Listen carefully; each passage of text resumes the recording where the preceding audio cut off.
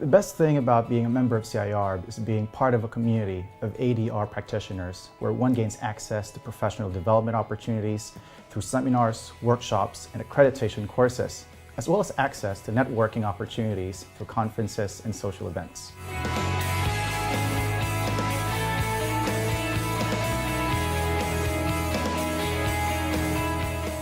We offer a range of courses which equip people with the knowledge and skills that they need to avoid, manage and resolve a dispute, because we believe these are fundamentally important skills for people to learn.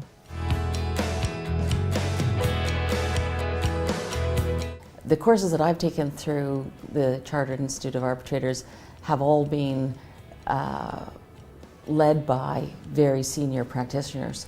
So also as a senior practitioner, it gives me an awful lot of opportunity to learn more, much more than sitting in a classroom and listening to someone speak.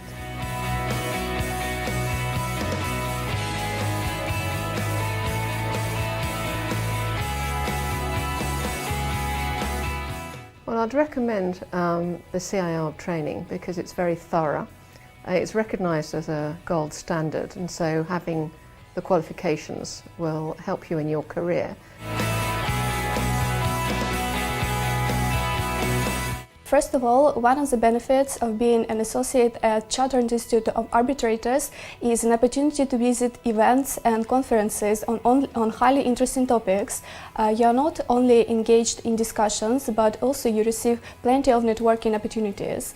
Not only was I able to attend events with leading practitioners and scholars in the field of international arbitration, but also CIArb allowed me to meet other students from all over the world with similar interests and thus develop further networking and professional skills.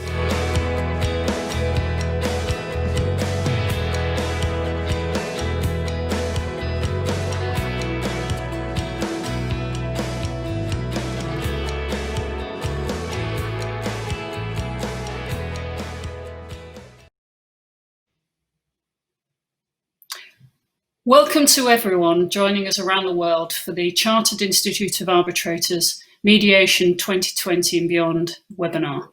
My name is Catherine Dixon and I'm the Institute's Director General. I take this opportunity to warmly welcome Jane Gunn, our speaker today, and the Institute's Director of Training and Development, Paresh Kafrani. I'm proud to lead the Institute as a mediator and lawyer because I believe mediation provides an effective way of resolving conflict and disputes.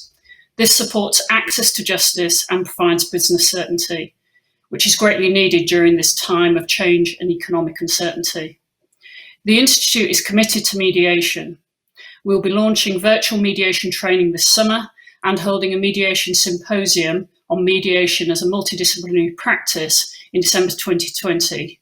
Jane will tell you more about this in her talk. I'm also proud to have launched the Pandemic Business Disputes Resolution Service last week. The service was created by the Institute and CEDR to enable businesses to resolve disputes arising from the pandemic using effective dispute resolution at a fixed cost, online and quickly. It offers businesses three options: facilitated contract renegotiation, mediation, or fast-track arbitration. We're committed to support business during this difficult time, enabling them to get back to work. I'm delighted to introduce Jane Gunn, our speaker today. Jane is a former lawyer with a mission to help busy executives to collaborate effectively and experience the magic of conflict as they manage change, challenge and crisis in their organisations. Jane is a highly sought after mediator, facilitator and speaker. Jane specialises in collaboration, cross-cultural communication and transforming business relationships. Jane is the chair of the Board of Management of the Chartered Institute of Arbitrators and is the former director and board member of the Civil Mediation Council of England and Wales. Jane is also past president of the Professional Speaking Association of UK and Ireland, and Jane has been invited to speak at the United Nations, the White House, the European Commission and at the Internal Energy Agency, and has spoken at conferences and events all over the world. Jane has also worked with organisations large and small, including Cable and Wireless, the NHS, BAA, Bacardi Martini, McLaren Racing, the Royal Institution of Chartered Surveyors, and many more. Jane is also the author of two popular books on conflict management, How to Beat Bedlam in the Boardroom and Boredom in the Bedroom, and The Authority Guide to Conflict Resolution. Jane's skill is getting people talking together about what matters most. And her approach is also always interactive and fun. So no pressure, Jane, and over to you. Jane. Catherine, thank you so much. And hello to everybody. I'm just delighted that we've got so many people on this webinar from literally all over the world. So I'm saying hello to friends and to colleagues and to people I haven't yet met. And I know you're all sitting in your own homes because of the times we're in. So I want to say, I hope you're sitting comfortably. Are you sitting comfortably? Well, you shouldn't be. And you shouldn't be because we're living in times of unprecedented change and challenge. And the question I want to address today is, what role might mediation, the skills of listening, of facilitation, dialogue and collaborative problem solving really have in this brave new world? Now, if I look back, I joined the Chartered Institute in 2004, actually, which is over 15 years ago, and I was running the mediation training course with David Richbell, a colleague many of you will know. And 15 years ago, the things that you see on the slide didn't even exist. All of this technology that's enabling us to even communicate today. So that makes me wonder, what about the future? What about our future, and what about the future of mediation? Now, many of you know I have a granddaughter. She's a little bit bigger than this now, but this is one of the pictures I really like of her, just learning to smile. But it makes me think about the responsibility that we all have for not only our future, but our children's future, and then future generations. And I wonder really what the world is going to look like, not only post-COVID or after the US elections, but what it's going to look like in 2030, for example. What future are we creating? And the question I really want to ask is, what type of world do we want to create? And what if it was up to us to shape it? Because there are really, really big conversations that we all need to have now. There are conversations which are happening right now about race, about climate change, about terrorism, and pollution and so on. And I believe that there is no better time than now, and no more relevant time for us to be considering the role that mediation could have in helping us to understand and create these dialogues, these effective conversations that we really need to have. So a colleague of mine, many of you will know, Michael Leiths, used to be the General Counsel of BAT, British American Tobacco.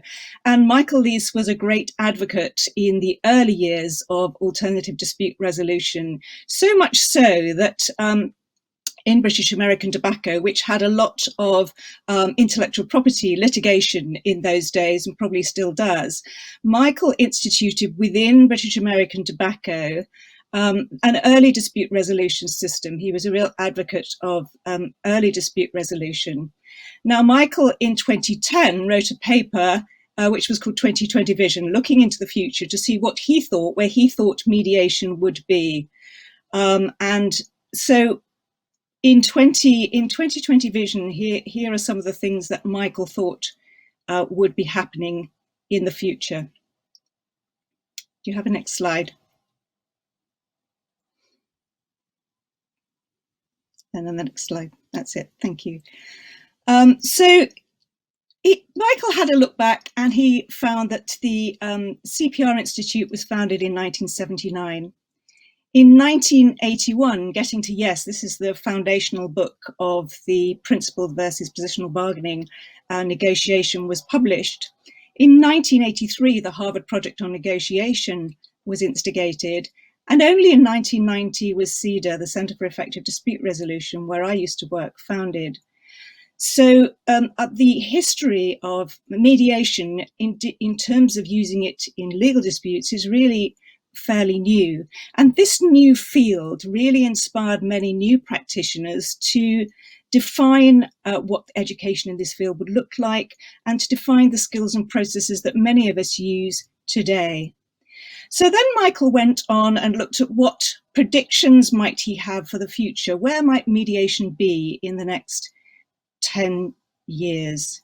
And he concluded that really it needs to be now viewed as something which is not an alternative form of dispute resolution, but is in fact the primary form of dispute resolution. That actually, as Michael Leiths found, in the commercial arena, good conflict management will be considered part of good corporate governance in every company, and that companies will actually design their own systems for evaluating, managing and resolving disputes, just as Michael has done. Back in 1995, I took part, under the guidance of Professor Charles Handy, some of you may remember him, in the Tomorrow's Company inquiry. And that was one of the things that really inspired me into mediation. It inspired me to take the step to seeing how we could change the culture and the way that we manage disputes in organizations.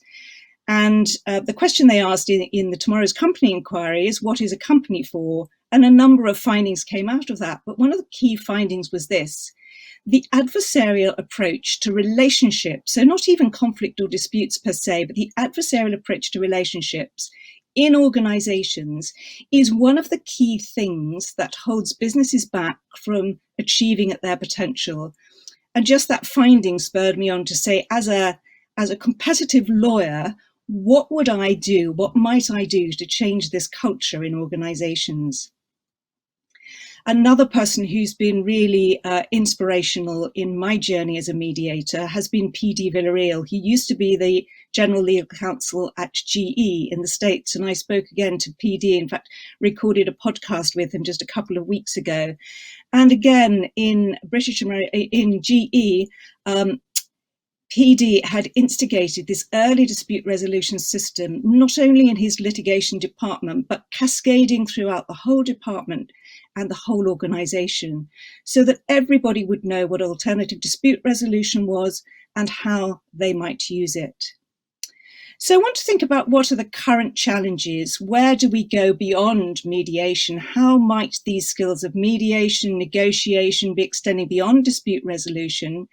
And might we build negotiation, mediation, collaboration skills routinely into every type of core education? Could we teach it in schools? Can we teach it in nursery schools? Can we teach it in our law schools, in our universities? Should it be part of core education, not just somebody who wants to qualify as a mediator? So what about opportunities for the future? Well, my colleague and one of our legal colleagues, Lord Neuberger, was on the Today programme just a few weeks ago, and he was talking about how they expect there to be an avalanche of disputes following this COVID crisis. And I think, speaking to my clients, I agree with him. There are many tensions building up in workplaces about people going back to work, about rental property, about staff issues. There are going to be partnership issues. There are going to be so many conflicts that people have been sitting on in the last few weeks that are really going to come to bear. And one of the things that Lord Neuberger said was that he encouraged people to think about using mediation to resolve some of these conflicts. So, as Catherine mentioned, we at the Chartered Institute have instigated this new scheme. It's a joint scheme, a collaborative scheme with the Chartered Institute of Arbitrators and CEDR. And it's to encourage businesses who may have COVID-related conflicts to access an online dispute resolution system at a fixed cost. And there's much more information on this scheme available on the website. The other thing which has really come to force in the last few weeks is online virtual mediation. We've all known that it was an opportunity, but now we've really had to use it. And I myself have been involved in one online mediation. It was with a French client. I would otherwise have been on the Eurostar traveling to Paris. Now I sat in my office. I had a translator helping me. And to me, it was a wonderful experience. I was able to really engage with the clients online. And more importantly, with the clients, I was able to actually help design the process. We were able to have a completely different process than we might have had if we'd set aside just one day. We were able to take the time to go a little bit more slowly with the mediation and take it over several sessions. And therefore, I built up a real relationship with the clients, and we reached a really good outcome. And the final thing, as we're doing today, that the opportunity that we have in the future is really to now have online training and events. Yesterday, I spoke at an event in Russia.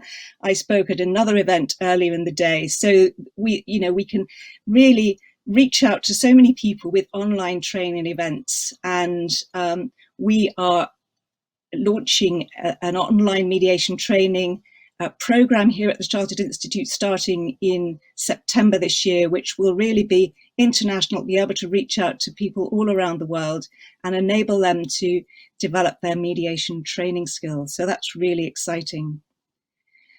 But what about beyond mediation? What are some of the skills, I wonder, that we as mediators use, and that perhaps businesses could actually also use? The skills of designing and facilitating, the skills of defining what outcome you want. Very especially the skill of curiosity and storytelling. You know, this is something which is really important in a mediation, but being able to enable people to be curious and tell their stories. What about emotional and social intelligence? And this idea that we resolve complex problems, which all businesses have to do. Then creativity, intuition, and visionary thinking. And finally, something that all of us really need today, which is resilience and perseverance. So all of these are skills that we as mediators need, but perhaps we could be teaching these, perhaps we could be helping businesses to build these into their experience. So then I want to think about what I call the next revolution. Where have we come from? If you really think back in history, we've had a number of revolutions, haven't we? We had the physical revolution, which you might define as the Big Bang.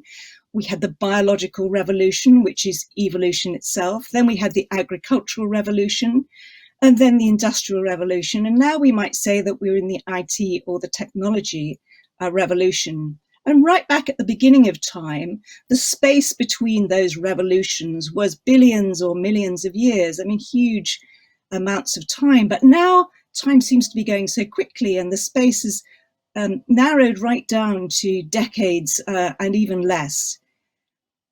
And what do I think we're missing? You know, we've reached this stage where we've got technology to help us to do what we're doing today.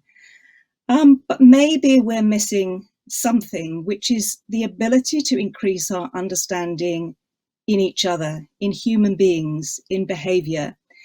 And really, this is quite a recent phenomenon, the idea that we understand these things about ourselves.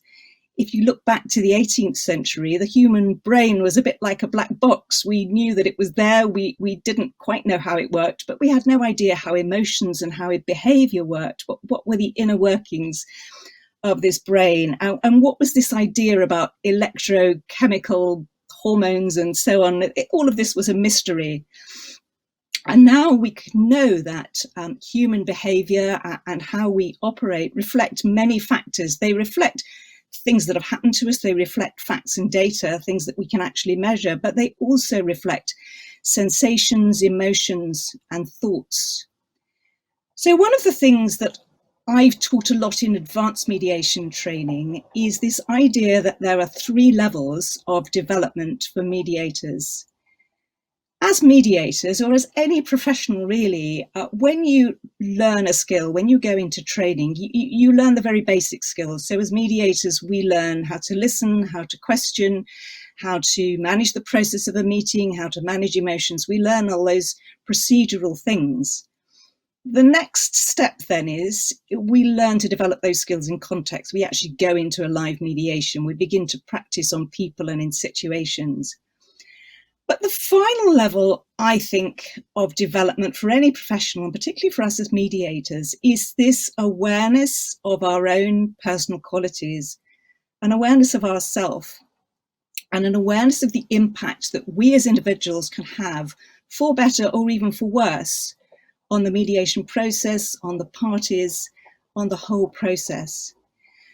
And so that has made me think, and one of the things I say I've been very interested in is developing mediation training and thinking, where do we go? Is mediation perhaps now, does it have a multidisciplinary approach? Are there some things from outside that pure mediation training that we can learn, that we can bolt on to help us to be better mediators, to help us to be better people? And can some of that training be offered to those outside mediation, to lawyers and businesses? So as I mentioned, every year I've been really fortunate to go and deliver to the Association of Northern Mediators up in Malham. We've run a retreat which has been an advanced mediation skills retreat. And I have been able to bring to bear some of the advanced thinking around some of these emotional things. Let me first tell you where some of my thinking comes. About 20 years ago, I was in my local library, just browsing, and a heavy book fell off the top shelf and hit me on the head. It was called, and this is a paperback version of it, but it was called Love, Medicine and Miracles. Now that's a book by a doctor, Dr. Bernie Siegel, and Dr. Bernie Siegel wrote at that time, I think it was 1979, he wrote the book, quite a revolutionary idea. The idea that as a doctor, instead of putting his patients in boxes which related to their symptoms, he would treat the whole person. And he would see what else was going on in their life and what else was impacting them. And in fact, he said, if we move away from this idea of fear as being something that impacts on us and put love at the heart of all our relationships, perhaps that could make a difference. Now, I was really inspired by Bernie Siegel. You know, when we look in the UK at what profession do we want our children to go into, it's usually either is it law or medicine. We put those two professions on a pedestal. And the idea that with those professions which are very fact and data based, that you could move away from this idea of being competitive, being fact and data based, to put love, by which I mean respect for human beings, understanding of human beings, the ability to listen. Could we put those things at the heart of our practice? So this is some of the things that I've begun to look at in terms of mediation practice. One of my colleagues, and for many of you, is Ken Cloak. He's a US mediator. He's a very prolific author. And again, I've interviewed him on one of my podcasts, has written a fantastic paper called Bringing Oxytocin into the Room. Now, many of you know oxytocin is called the love hormone, but Ken has written a very academic paper exploring how actually being aware of some of these factors can impact on how our brain works and impact on how we may be thinking in a mediation, in a negotiation, in a meeting. So it's really revolutionary to be able to think about those kind of things. Moving on to my time up in Malham, I've been very fortunate to have some guest speakers. One of the guest speakers who came to work with us is a friend and colleague of mine called Mark DeLissa. Now, Mark is a gospel singer. He's very famous for working with Gareth Malone on The Voice. He also runs his own series on TV. And Mark came with us up to Malham, and we ran a session called The Power of Participation and the Value of Voice. Basically, we get a lot of people who think they can't sing to sing. And the purpose of this was that in a mediation or in any business meeting, you often have people who are reluctant to participate. They can't find the power of their voice. They don't know when to speak and when to remain silent. They're shy, or they hold back, or perhaps they use their voice too much. So in this workshop, we were able to, even if you thought you couldn't sing, explore the idea that perhaps there was some value in understanding how people who felt afraid of singing in public, using their voice, how they felt. So we got so much out of this workshop, and actually many of the people who were in it said it was one of the best things they had ever experienced, but they couldn't quite explain what it was they'd learnt. The other thing, one of the other workshops I ran, this was at the Chartered Institute of Arbitrators Symposium a few years ago, was a workshop called What to Do When You Don't Know What to Do. Now, the first thing that happened to all the participants when they came into the room is there were no seats. That upset many of them, so it took them already outside of their comfort zone. The second thing I asked them to do, which was using some of the skills from improvisational theatre, was to simply walk around the room and say to hello to each other, as if they had a bitter lemon in their mouth, or B, as if their pants were on fire. So can you imagine senior lawyers walking around the room saying hello to each other as if they had a bitter lemon in their mouth or as if their pants were on fire? And again, this was A, to take people out of their comfort zone, but also to just explore how we might understand some of these things about ourselves and bring them into the mediation process. Another legal colleague of mine, some of you may have heard of, Jerry Spence. He wrote a book called How to Argue and Win Every Time. And Jerry Spence was the lawyer, the trial lawyer in the States who represented Karen Silkwood in the Karen Silkwood trial. He claims to have never lost a trial, but Jerry Spence every year runs, again, like I do, a retreat for trial lawyers. Now, the trial lawyers who sign up on Jerry Spence's course thought they were going to learn about cross-examination. They thought they were going to learn really serious things about how do we manage ourselves in the court. But what Jerry Spence did is he took them to his barn and he got them walking, he got them writing poetry, he got them singing, he got them dancing, very similar to the things that I do up in Malham. And Jerry Spence really said to his delegates, you know, if I don't know myself, how can I know you? If I can't be real about myself and be vulnerable, how can I allow you to be vulnerable with me? If I haven't been where you've been, if I haven't struggled as you've struggled, how can I empathize with your struggles? So I guess we all, as mediators, as professionals, and as human beings, need to understand the value of being able to be vulnerable and to show our human side from time to time. And that's one of the things I think we need to learn about ourselves and learn to teach as well. So where does that bring us to in terms of what comes next? What's the future? What's the future beyond the technological revolution? Oh, there we are. There's me clowning at humour with my red nose, which I love. So beyond the technical revolution, where do we get to? What comes next? Well, I think we are heading towards, or hopefully are heading towards, perhaps another revolution. And that revolution is a revolution of us in consciousness, in awareness, an ability to balance the facts and data that we all work with in business and in profession with this awareness of ourselves as humans and this awareness of others, and some of the factors that are so vital in mediation.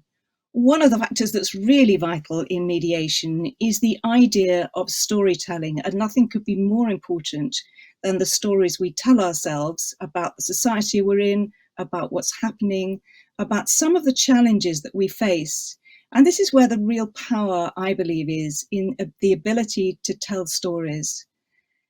And so the big question, I think, is how are we going to use these skills, our skills, the knowledge of mediation, to help people in crisis, to help people in this national time of crisis, to have these big conversations that we all need to have. We've got to bring these human attributes of connection, of values, of story, and build a culture. And so one of the other exercises that I've loved to do up in Malham is an exercise called Defining Moments, where the participants tell their story, or in fact, what we've done is to explore, and perhaps you'd like to think about this now, what is your why? What is the why that attracts you to mediation, to alternative dispute resolution? What is it about you, about things that have happened to you in the past, that have meant that mediation has sparked an interest for you, that it means something to you, and the idea of carrying these skills forward into the community, into the business place, actually are something that's very exciting. So certainly in Malham, we did this exercise. Everybody talked about, and again was very vulnerable in sharing some of their defining moments, the moments that made them who they are.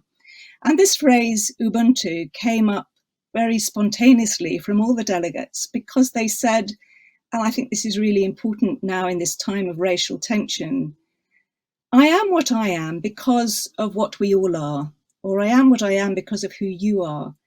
In other words, we are all one.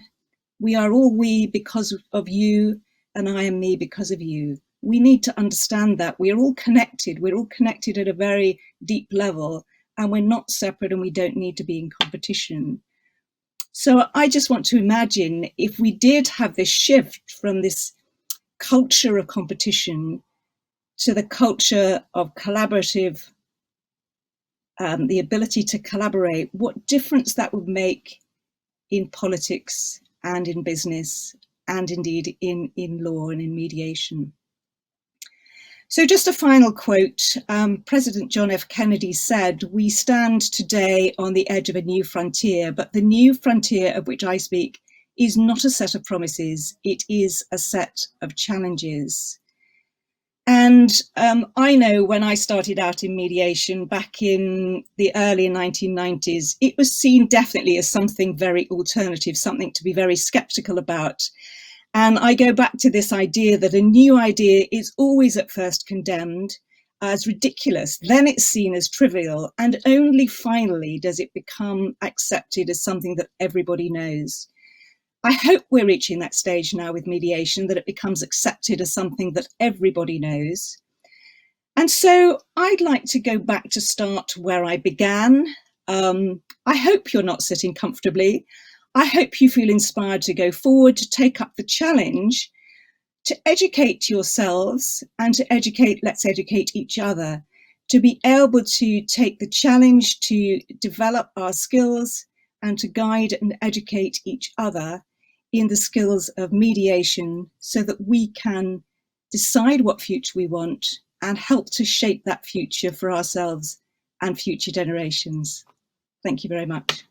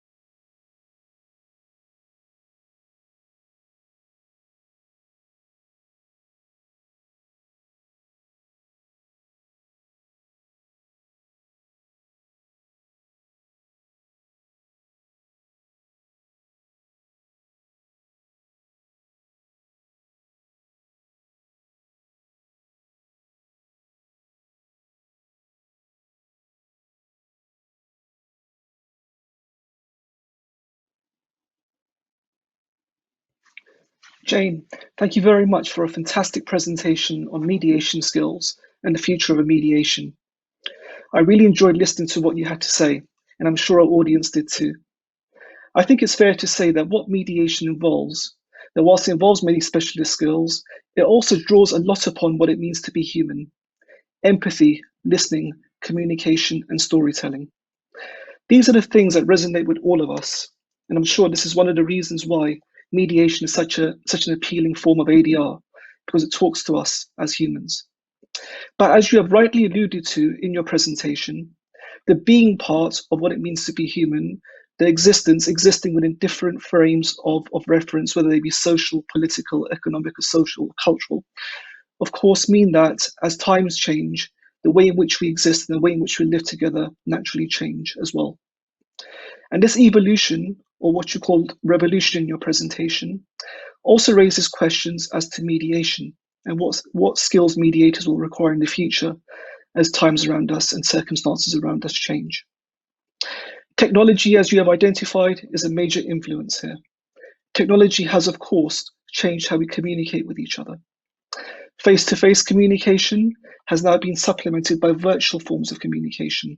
And you and I talk quite regularly and have spoken many times about what effect the absence of the body, and indeed presence in general, will have on the way in which we as people interact and communicate with each other.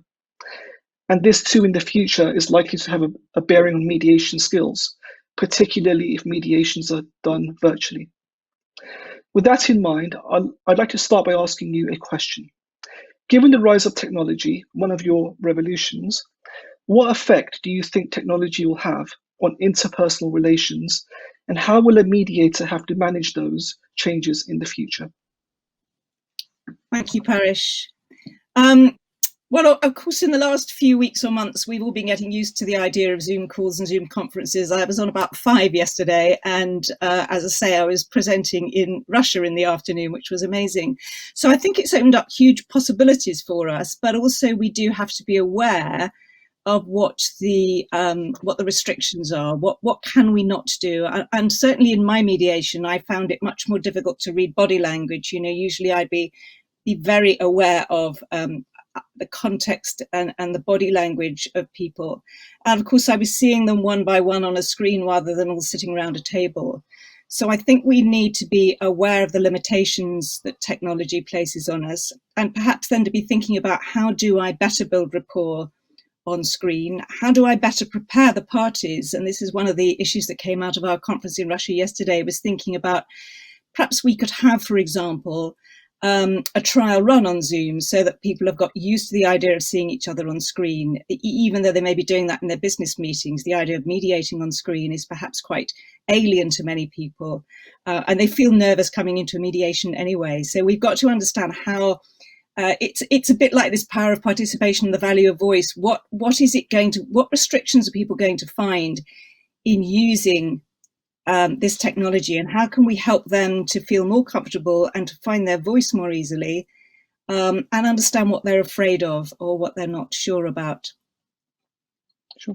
I think we mentioned about the voice is obviously very important, because in the absence of physical body, without having that person not present, then there's a lot more emphasis upon other things, such as the way in which you talk to each other and the way in which you communicate, and the voice and everything else. So I think that's certainly very important. And we've seen a rise of virtual mediations, virtual arbitrations, and other forms of virtual communication, naturally, especially during lockdown. And looking at some of our audience questions, a large number of them focus upon the relevance of mediation in resolving the disputes that will have arisen because of lockdown. Certainly lots of businesses right now, some of those issues that have arisen in supply chains and so forth. And you mentioned that CIArb has launched a scheme around that. But what role can mediation play, as opposed to arbitration and litigation, and enabling people to resolve those disputes that have arisen because of lockdown? I think one of the biggest benefits of mediation is that it enables people who want their business relationship to continue to have the opportunity for that to happen, because you're not going into such an adversarial process. You're going into a process which, looking at a resolution and the potential for you to heal that relationship or manage that relationship in a way that could continue. And I think that's going to be important for many businesses right now, whether that's an employment issue, a partnership issue, or an issue with colleagues and clients. It's going to be really important for them to be able to continue those business relationships. So that's one of the main benefits, apart from what I call the cost control cycle time. So the fact that you can reduce the cost, retain more control, and the cycle time of your conflict resolution is vastly reduced. I mean, and some of those issues that have arisen because of lockdown are likely to be highly complex issues involving certainly large sums of money. One of the questions that came in was from someone asking about construction claims, where we do see lots of complexity, especially those large sums, delays, and other issues that affect complex construction projects. And there's often a perception that maybe mediation isn't the appropriate forum for those types of claim, and actually the arbitration or even construction adjudication might be their claims might be better served by those forms of ADR. So to what extent do you think that mediation can help with those larger complex claims in which large sums of money are involved, or reputation or business relations, as you mentioned? Well, again, in construction disputes, and I've mediated many construction disputes, there is usually a need for the business relationship to continue beyond. I mean, that's one of the key things about the construction industry, is that it's made up of people who are in ongoing relationships with each other, with new projects to be happening.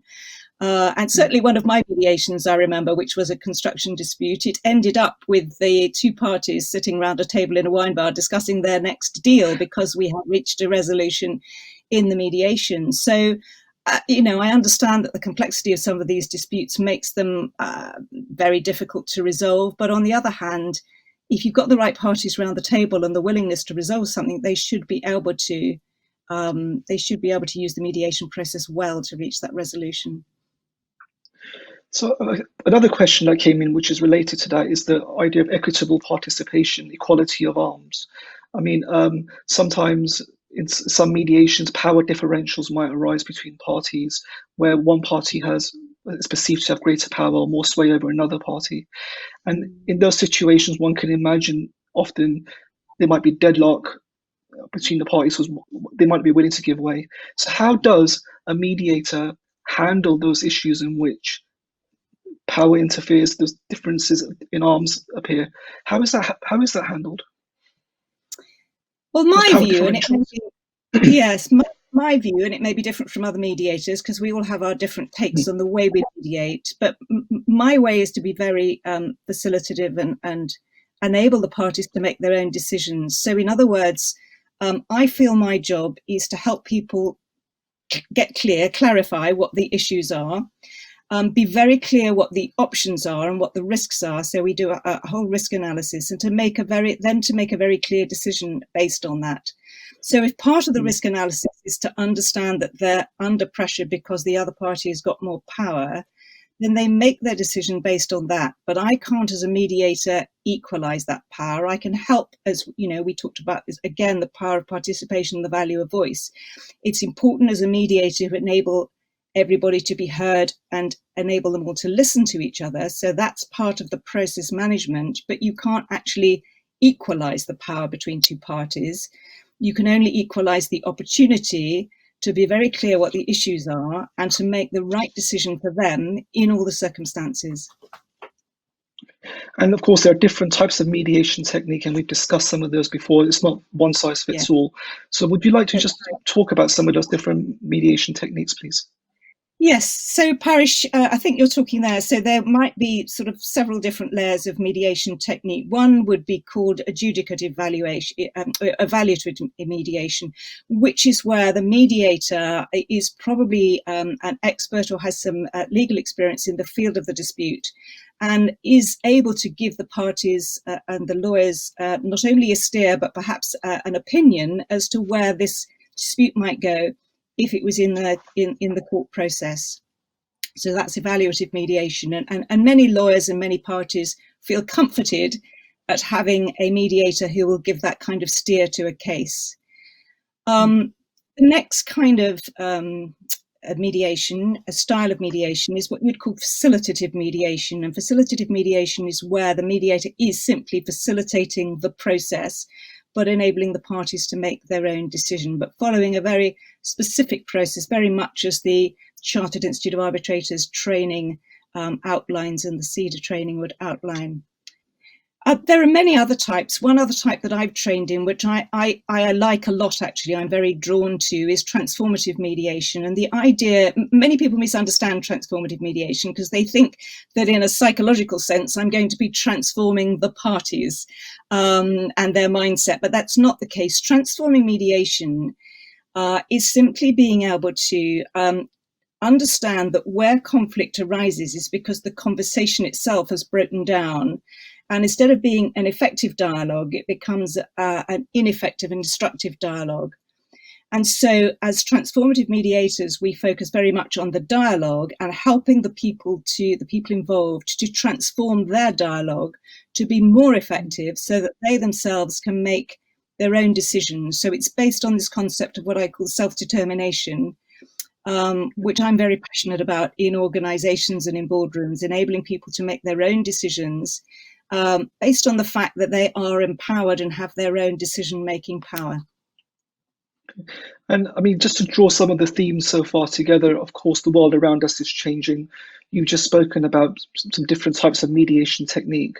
And of course, it's a work in progress. I mean, we're all learning. I'm sure you as a mediator, you look at other disciplines and other ways, other techniques, and try to break new ground.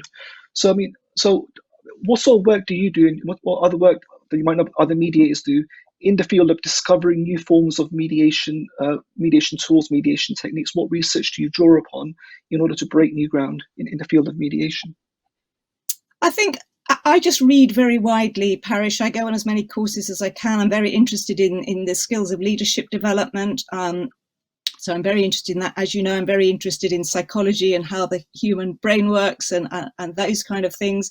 And as well, these creative skills like improvisational theatre and so on. I think there are so many strands that we can draw on.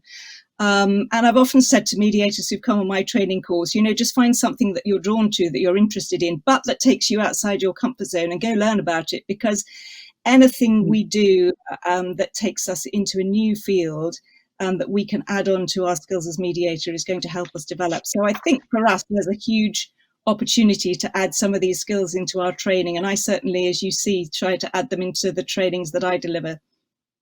Yeah, absolutely. So to what extent can mediation draw from other forms of ADR, for example, arbitration, and negotiation, conciliation, adjudication? To what extent can it be informed by other forms of ADR in sort of way in which it's practiced? Are there things you can take from those other disciplines?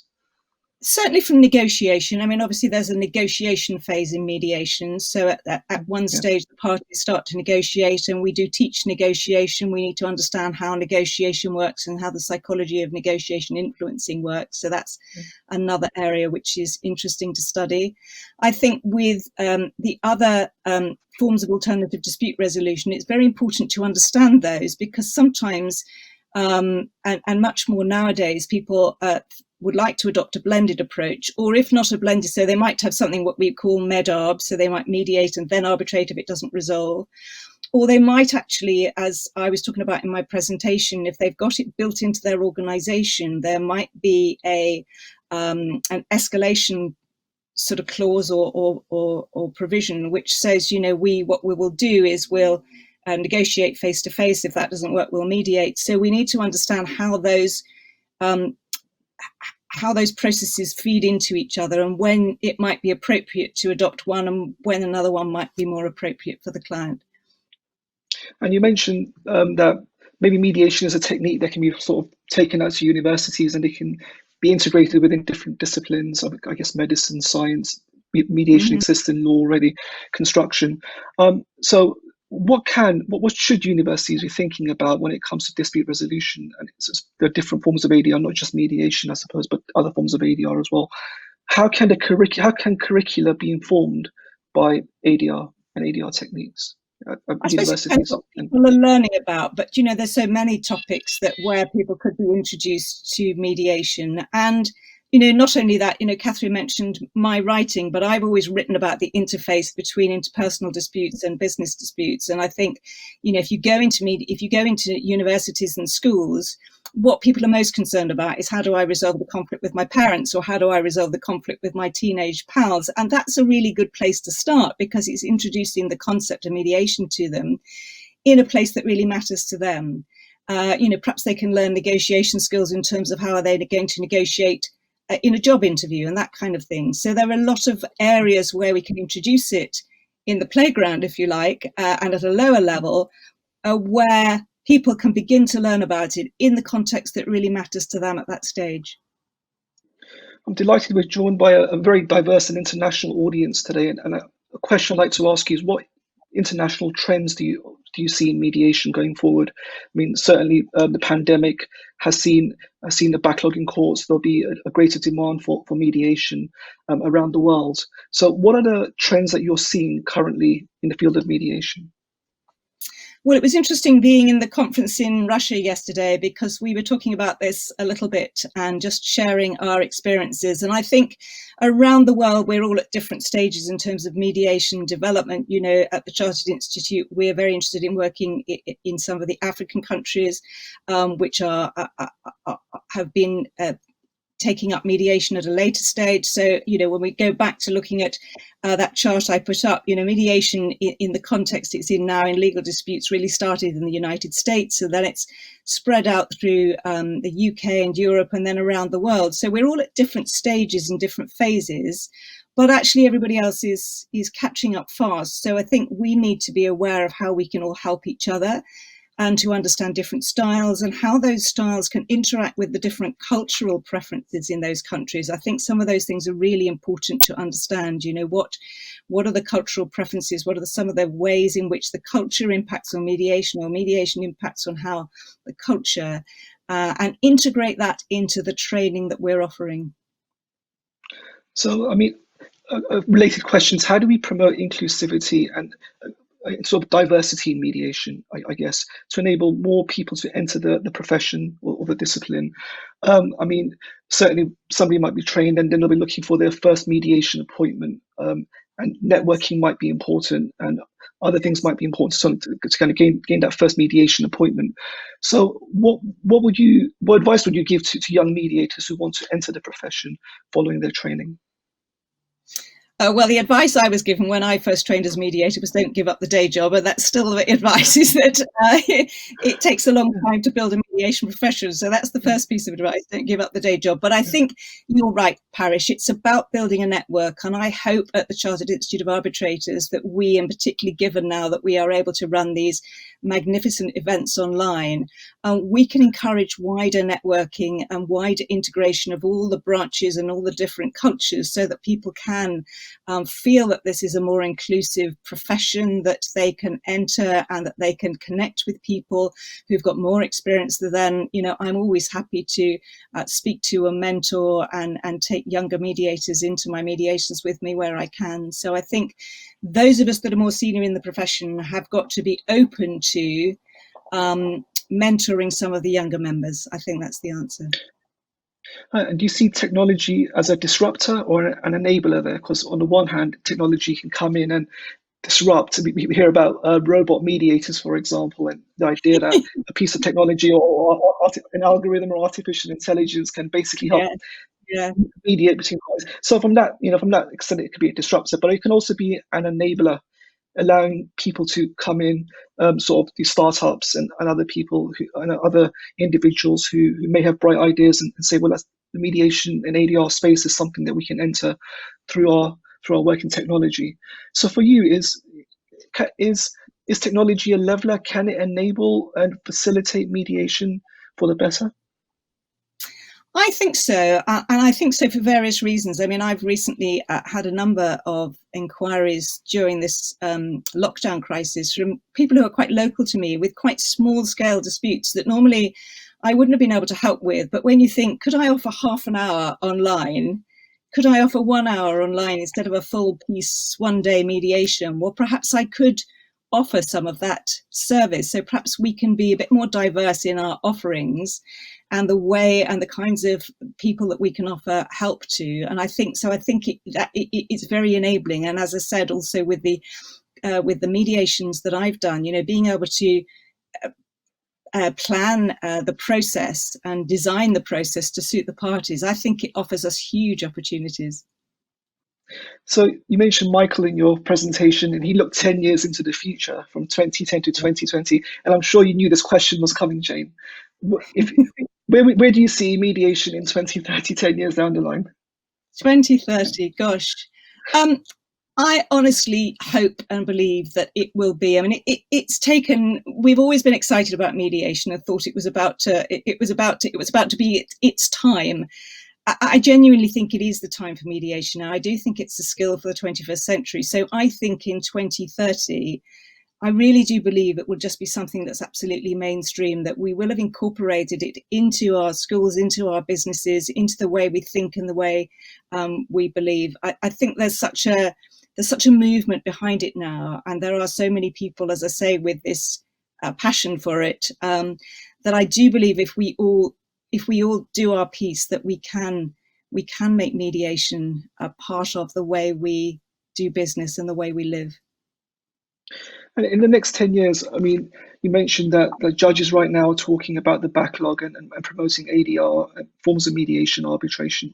Do you see in the next 10 years more states around the world, governments and judiciaries promoting the use of ADR increasingly because of issues with backlogs and other potential influences? I mean, do you see states promoting ADR more in the next 10 years? I think so. It's not my area of work, but one of our colleagues, Bill Marsh, many people who are listening to today will know that Bill has travelled all around the world and has worked with many governments and very successfully. So there is a lot of work going on behind the scenes with many governments, and indeed in the UK with many government departments who are actually very interested in and who are embracing ADR. So I think that at that level, at that national level, there really is a movement to understand and incorporate ADR into their thinking as well.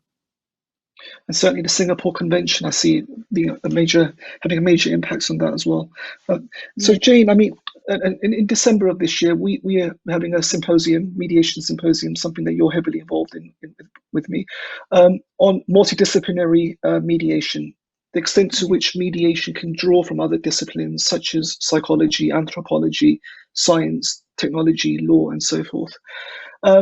So do you have a particular discipline that you think, what discipline, apart from mediation, are you drawn to in developing your mediation practice, whether it be anthropology, psychology, sociology? Could you tell us what discipline interests you the most, apart from just mediation? I think it's more psychology, understanding the human being and the human mind. I am fascinated by that. And, you know, the more I've delved into it, and, you know, I've only scratched the surface, to be honest. There's so much to learn. And I think that's what excites me about mediation. You know, I've only just begun really to discover all there is to discover. So there's no possibility of me retiring anytime soon. We're only at the beginning. But I think that there's such a huge wealth to understand about how and why we operate as human beings and how we can do that better.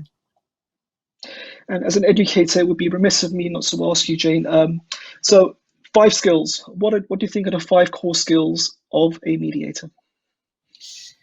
Well, obviously listening, I think, questioning to a degree. I mean, we do need to ask questions, but again, in transformative mediation, we downgrade the power of questioning a little bit more. Where have we got to? I think, you know, understanding storytelling, I think creative problem solving, but I think, again, I go back to my thing. I think this final skill is the power to understand ourselves. Who am I as a mediator? Who am I in the context of this meeting? What do I bring to it? What is my specific skill?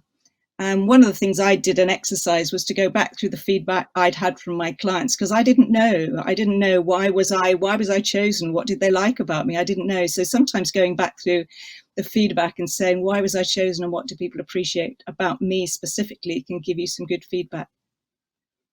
Well, thank you, Jane, for answering those questions and for giving us your views on how mediation is likely to change for the future. Some fascinating themes came out of the question and answer session there. I mean, looking at power differentials, the skills that mediators will require in the future, and looking at the trends in mediation, especially at 2030. I mean, it'll be interesting to see what the next 10 years brings. I mean, this time last year, who would have thought a pandemic would be upon us? And suddenly it's amazing how time can change.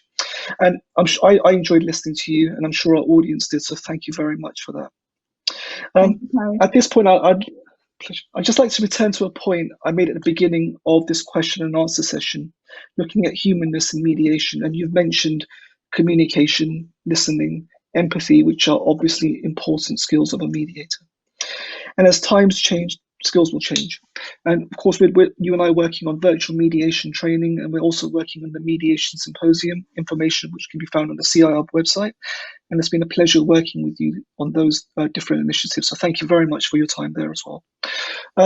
So all that remains to be said is, on behalf of CIArb and also our global audience, thank you very much for giving us your time today and your experience. It's been a delight talking to you, and I look forward to talking to you and working with you again in the future. Thank you very much. Thank you.